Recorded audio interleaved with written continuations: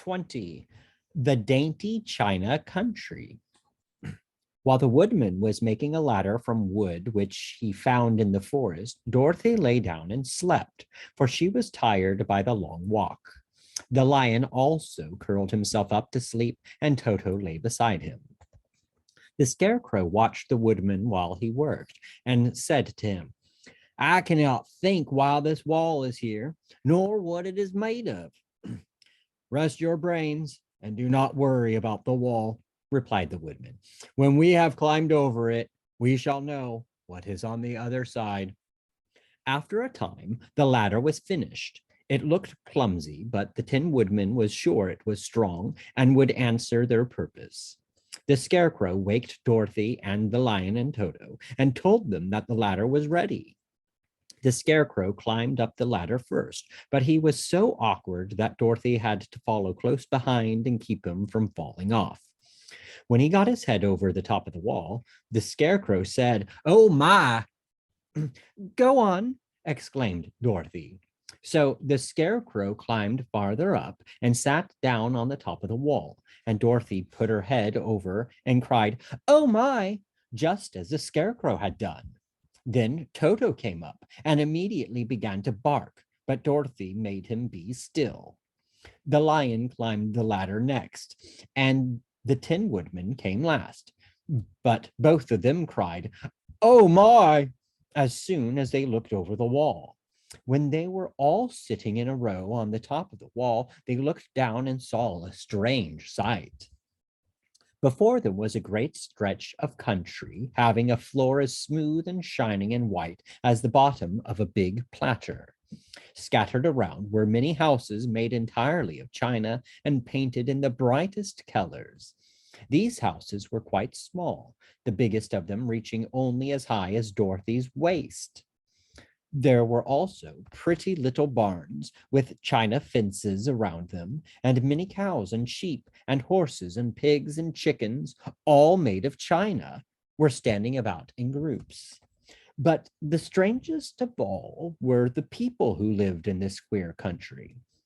There were milkmaids and shepherdesses with bright colored bodices and golden spots all over their gowns, and princesses with most gorgeous frocks of silver and gold and purple, and shepherds dressed in knee breeches with pink and yellow and blue stripes down them, and golden buckles on their shoes, and princes with jeweled crowns upon their heads, wearing ermine robes and satin doublets, and funny clowns in ruffled gowns, with round red spots upon their cheeks, and tall pointed caps. And strangest of all, these people were all made of china, even to their clothes, and were so small that the tallest of them was no higher than Dorothy's knee.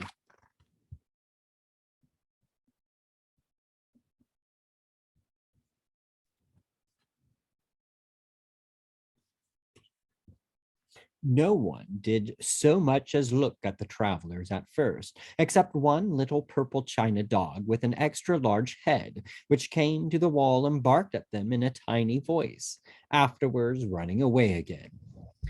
"How shall we get down?" asked Dorothy.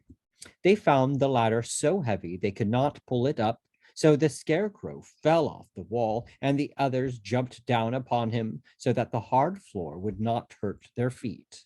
Of course, they took pains not to light on his head and get the pins in their feet.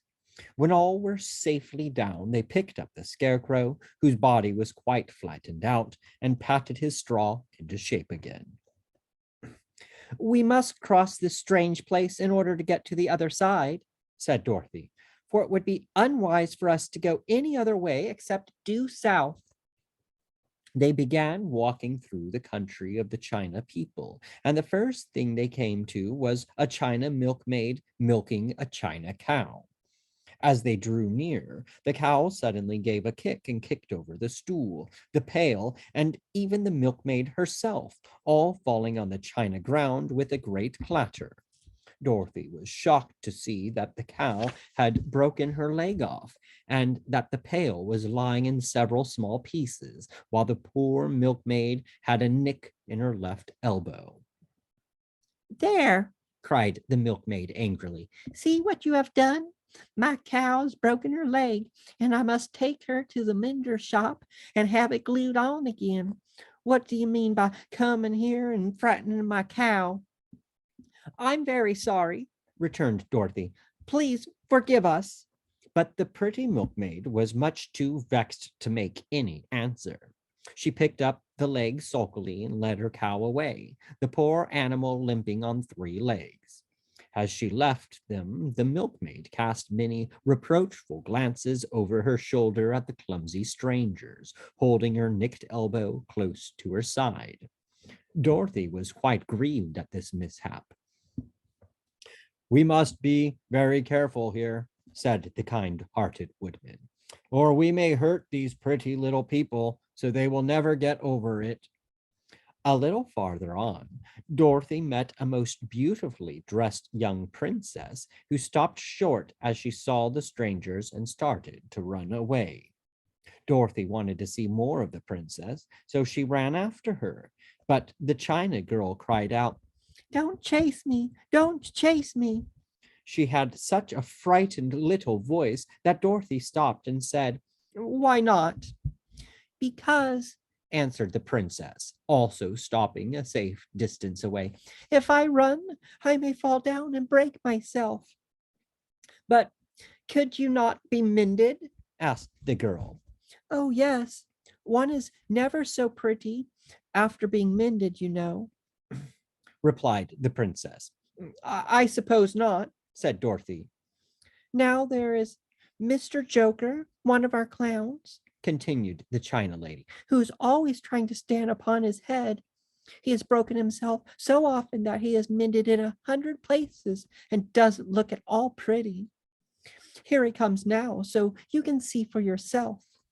Indeed, a jolly little clown came walking towards them, and Dorothy could see that in spite of his pretty clothes of red and yellow and green, he was completely covered with cracks, running every which way and showing plainly that he had been mended in many places. The clown put his hands in his pockets, and after puffing out his cheeks and nodding his head at them saucily, he said, My fair lady, my lady fair, why do you stare at poor old Mr. Joker? You're quite as stiff and prim as if you'd eaten up a poker. Be quiet, said the princess. Can't you see these are strangers and should be treated with respect? Well, that's respect, I expect, declared the clown, and immediately stood upon his head. Don't mind Mr. Joker, said the princess to Dorothy. He is considerably cracked in his head, and that makes him foolish. Oh, I don't mind him a bit, said Dorothy. But you are so beautiful, she continued, that I am sure I could love you dearly. Won't you let me carry you back to Kansas and stand you on Aunt Em's mantel shelf? I could carry you in my basket. That would make me very unhappy, answered the China princess. You see, here in our country, we live contentedly and can talk and move around as we please. But whenever any of us are taken away, our joints at once stiffen, and we can only stand straight and look pretty. Of course, that is all that is expected of us when we are on mantel shelves and cabinets and drawing room tables, but our lives are much pleasanter here in our own country. I would not make you unhappy for all the world, exclaimed Dorothy, so I'll just say goodbye. Goodbye, replied the princess.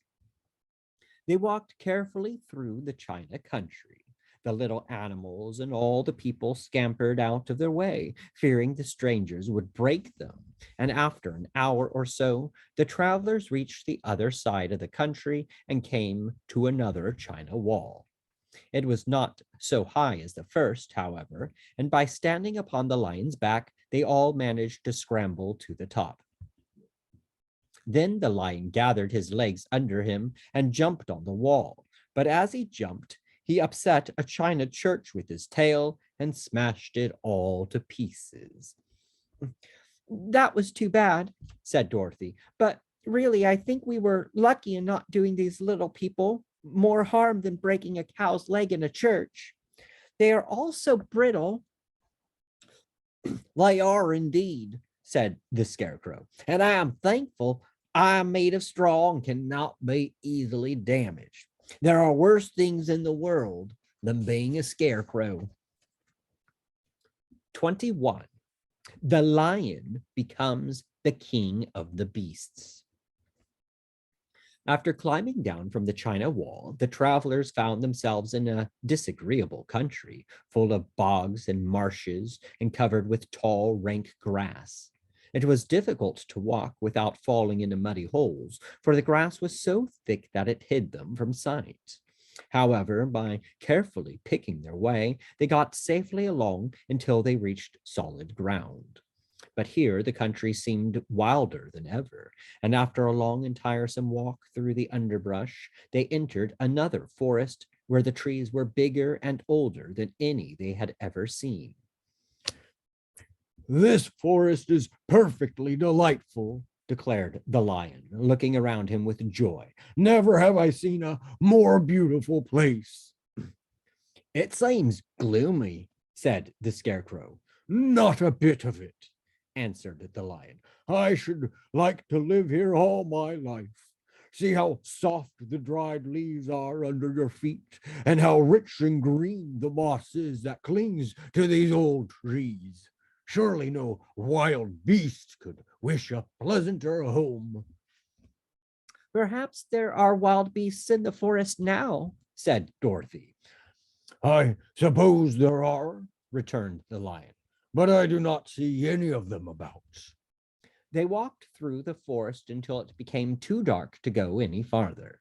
Dorothy and Toto and the lion lay down to sleep, while the woodman and the Scarecrow kept watch over them as usual. When morning came, they started again. Before they had gone far, they heard a low rumble, as of the growling of many wild animals. Toto whimpered a little, but none of the others was frightened, and they kept along the well-trodden path until they came to an opening in the wood, in which were gathered hundreds of beasts of every variety. There were tigers and elephants, and bears and wolves and foxes, and all the others in the natural history, and for a moment Dorothy was afraid. But the lion explained that the animals were holding a meeting, and he judged by their snarling and growling that they were in great trouble. As he spoke, several of the beasts caught sight of him, and at once the great assemblage hushed as if by magic. The biggest of the tigers came up to the lion and bowed, saying, Welcome, O King of Beasts. You have come in good time to fight our enemy and bring peace to all the animals of the forest once more. What is your trouble? Asked the lion quietly. We are all threatened, answered the tiger, by a fierce enemy which has lately come into this forest.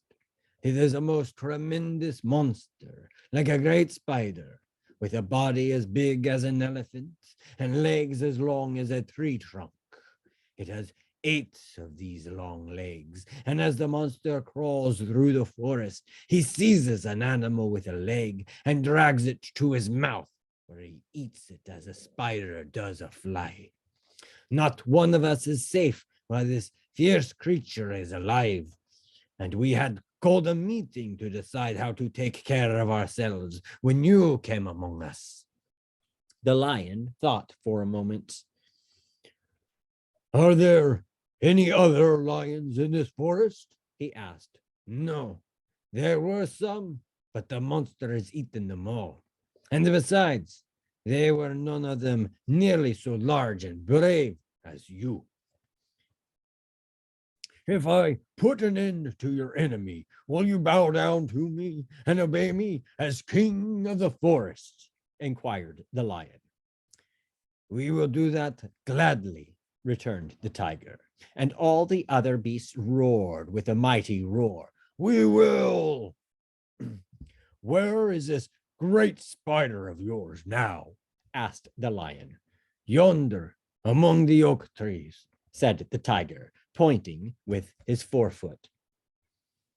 Take good care of these friends of mine, said the lion, and I will go at once to fight the monster. He bade his comrades goodbye and marched proudly away to do battle with the enemy. The great spider was lying asleep when the lion found him, and it looked so ugly that its foe turned up his nose in disgust. Its legs were quite as long as the tiger had said, and its body covered with coarse black hair.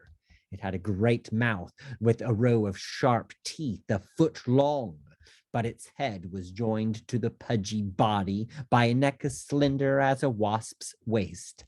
This gave the lion a hint of the best way to attack the creature, and as he knew it was easier to fight it asleep than awake, he gave a great spring and landed directly upon the monster's back. Then, with one blow of his heavy paw, all armed with sharp claws, he knocked the spider's head from its body. Jumping down, he watched it until the long legs stopped wiggling, when he knew it was quite dead. The lion went back to the opening where the beasts of the forest were waiting for him and said proudly, You need fear your enemy no longer. Then the beasts bowed down to the lion as their king, and he promised to come back and rule over them as soon as Dorothy was safely on her way to Kansas.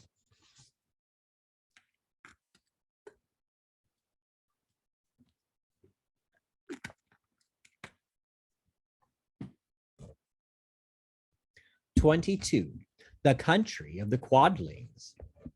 The four travelers passed through the rest of the forest in safety, and when they came out from its gloom, saw before them a steep hill, covered from top to bottom with great pieces of rock.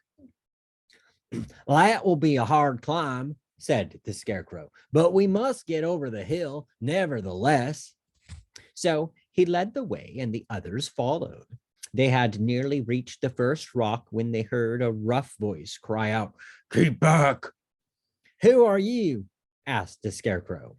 Then a head showed itself over the rock, and the same voice said, This hill belongs to us, and we don't allow anyone to cross it. But we must cross it, said the Scarecrow. We're going to the country of the Quadlings. But you shall not, replied the voice.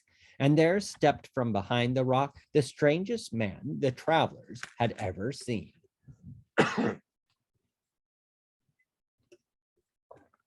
He was quite short and stout and had a big head, which was flat at the top and supported by a thick neck full of wrinkles. But he had no arms at all, and seeing this, the Scarecrow did not fear that so helpless a creature could prevent them from climbing the hill. So he said, I'm sorry not to do as you wish, but we must pass over your hill whether you like it or not. And he walked boldly forward. As quick as lightning, the man's head shot forward and his neck stretched out until the top of the head, where it was flat, struck the Scarecrow in the middle and sent him tumbling over and over down the hill. Almost as quickly as it had came, the head went back to the body, and the man laughed harshly as he said, Ha, ha, ha, ha. It isn't as easy as you think. A chorus of boisterous laughter came from the other rocks, and Dorothy saw hundreds of the armless hammerheads upon the hillside, one behind every rock. The lion became quite angry at the laughter caused by the Scarecrow's mishap, and giving a loud roar that echoed like thunder, he dashed up the hill. Again, a head shot swiftly out, and the great lion went rolling down the hill as if he had been struck by a cannonball. Dorothy ran down and helped the Scarecrow to his feet, and the lion came up to her, feeling rather bruised and sore, and said, It is useless to fight people with shooting heads. No one can withstand them. What can we do then? She asked. Call the winged monkeys, suggested the Tin Woodman. You have still the right to command them once more. Very well, she answered, and putting on the golden cap, she uttered the magic words. The monkeys were as prompt as ever, and in a few moments the entire band stood before her.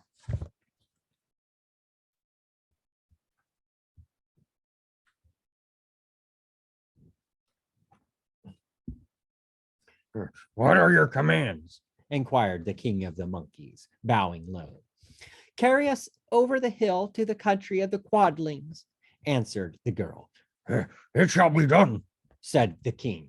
And at once the winged monkeys caught the four travelers and Toto up in their arms and flew away with them.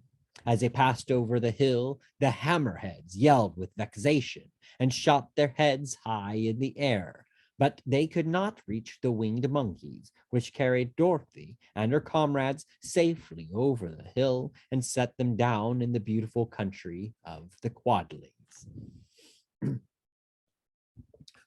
This is the last time you can summon us, said the leader to Dorothy. So goodbye and good luck to you. Goodbye and thank you very much, returned the girl. And the monkeys rose into the air and were out of sight in a twinkling. The country of the Quadling seemed rich and happy. There was field upon field of ripening grain, with well-paved roads running between, and pretty, rippling brooks with strong bridges across them. The fences and houses and bridges were all painted bright red, just as they had been painted yellow in the country of the Winkies and blue in the country of the Munchkins. The Quadlings themselves, who were short and fat and looked chubby and good-natured, were dressed all in red, which showed bright against the green grass and the yellowing grain. The monkeys had set them down near a farmhouse, and the four travelers walked up to it and knocked at the door. It was opened by the farmer's wife, and when Dorothy asked for something to eat, the woman gave them all a good dinner, with 3 kinds of cake and 4 kinds of cookies, and a bowl of milk for Toto. How far is it to the castle of Glinda? Asked the child. It is not a great way, answered the farmer's wife. Take the road to the south, and you will soon reach it. Thanking the good woman, they started afresh and walked by the fields and across the pretty bridges until they saw before them a very beautiful castle. Before the gates were 3 young girls, dressed in handsome red uniforms trimmed with gold braid. And as Dorothy approached, one of them said to her, Why have you come to the South Country? To see the good witch who rules here, she answered. Will you take me to her? Let me have your name, and I will ask Glinda if she will receive you. They told her who they were, and the girl soldier went into the castle. After a few moments, she came back to say that Dorothy and the others were to be admitted at once. 23. Glinda grants Dorothy's wish. Before they went to see Glinda, however, they were taken to a room of the castle where Dorothy washed her face and combed her hair, and the lion shook the dust out of his mane, and the scarecrow patted himself into his best shape, and the woodman polished his tin and oiled his joints. When they were all quite presentable, they followed the soldier girl into a big room where the witch Glinda sat upon a throne of rubies. She was both beautiful and young to their eyes. Her hair was a rich red in color and fell in flowing ringlets over her shoulders. Her dress was pure white, but her eyes were blue, and they looked kindly upon the little girl. What can I do for you, my child? She asked. Dorothy told the witch all her story, how the cyclone had brought her to the land of Oz, how she had found her companions, and of the wonderful adventures they had met with. My greatest wish now, she added, is to get back to Kansas, for Aunt Em will surely think something dreadful has happened to me, and that will make her put on mourning. And unless the crops are better this year than they were last, I am sure Uncle Henry cannot afford it. Glinda leaned forward and kissed the sweet, upturned face of the loving little girl. Bless your dear heart, she said. I am sure I can tell you of a way to get back to Kansas.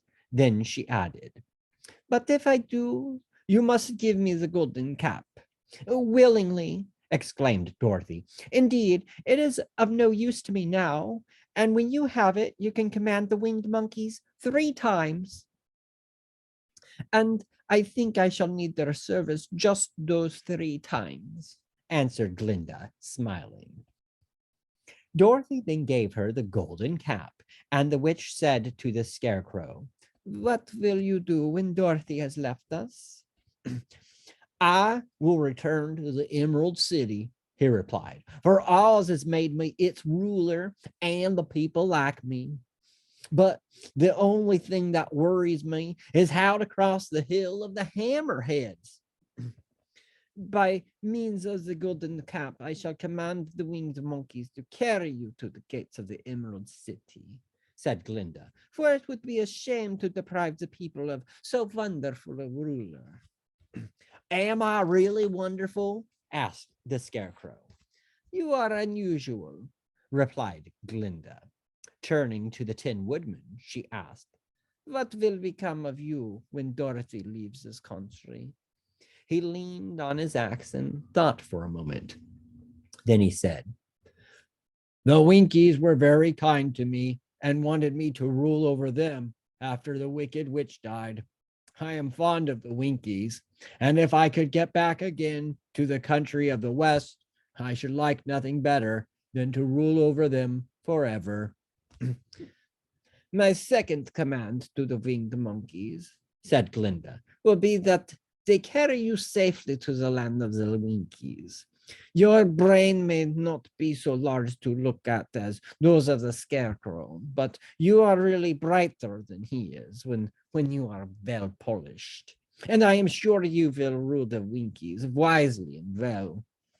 Then the witch looked at the big, shaggy lion and asked, when Dorothy has returned to her own home, what will become of you?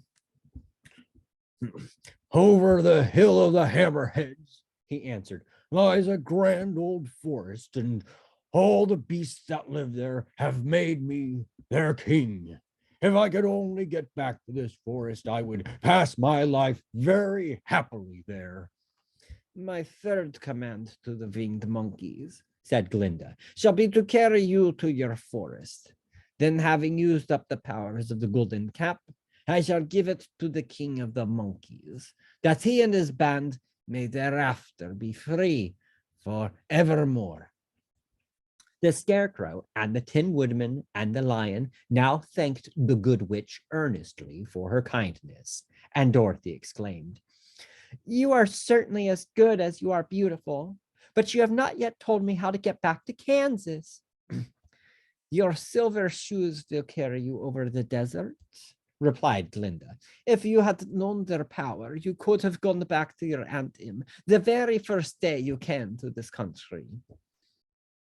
But then I should not have had my wonderful brains, cried the Scarecrow. I might have passed my whole life in the farmer's cornfield. And I should not have had my lovely heart, said the Tin Woodman. I might have stood and rusted in the forest till the end of the world.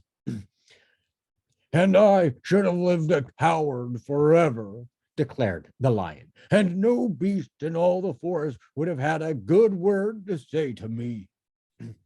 This is all true, said Dorothy, and I am glad I was of use to these good friends.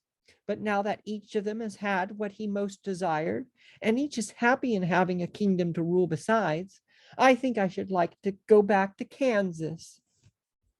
The silver shoes, said the good witch, have wonderful powers, and one of the most curious things about them is that they can carry you to any place in the world in 3 steps, and each step will be made in the wink of an eye.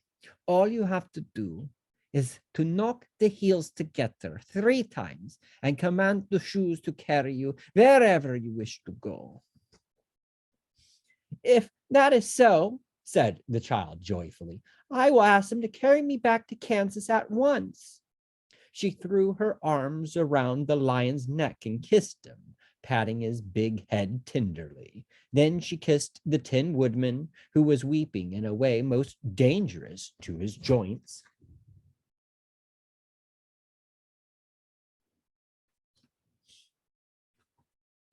But she hugged the soft, stuffed body of the scarecrow instead of kissing his painted face, and found she was crying herself at this sorrowful parting from her loving comrades. Glinda the Good stepped down from her ruby throne to give the little girl a goodbye kiss, and Dorothy thanked her for all the kindness she had shown to her friends and herself. Dorothy now took Toto up solemnly in her arms, and having said one last goodbye, she clapped the heels of her shoes together 3 times, saying, "Take me home to Aunt Em." Instantly, she was whirling through the air so swiftly that all she could see or feel was the wind whistling past her ears. The silver shoes took but 3 steps, and then she stopped so suddenly that she rolled over upon the grass several times before she knew where she was. At length, however, she sat up and looked about her. Good gracious, she cried, for she was sitting on the broad Kansas prairie, and just before her was the new farmhouse Uncle Henry built after the cyclone had carried away the old one. Uncle Henry was milking the cows in the barnyard, and Toto had jumped out of her arms and was running towards the barn, barking furiously. Dorothy stood up and found she was in her stocking feet, for the silver shoes had fallen off in her flight through the air and were lost forever in the desert. 24. Home again. Aunt Em had just come out of the house to water the cabbages when she looked up and saw Dorothy running towards her. My darling child, she cried, folding the little girl in her arms and covering her face with kisses. Where in the world did you come from? From the land of Oz, said Dorothy gravely. And here is Toto, too. And, oh, Aunt Em, I'm so glad to be home again.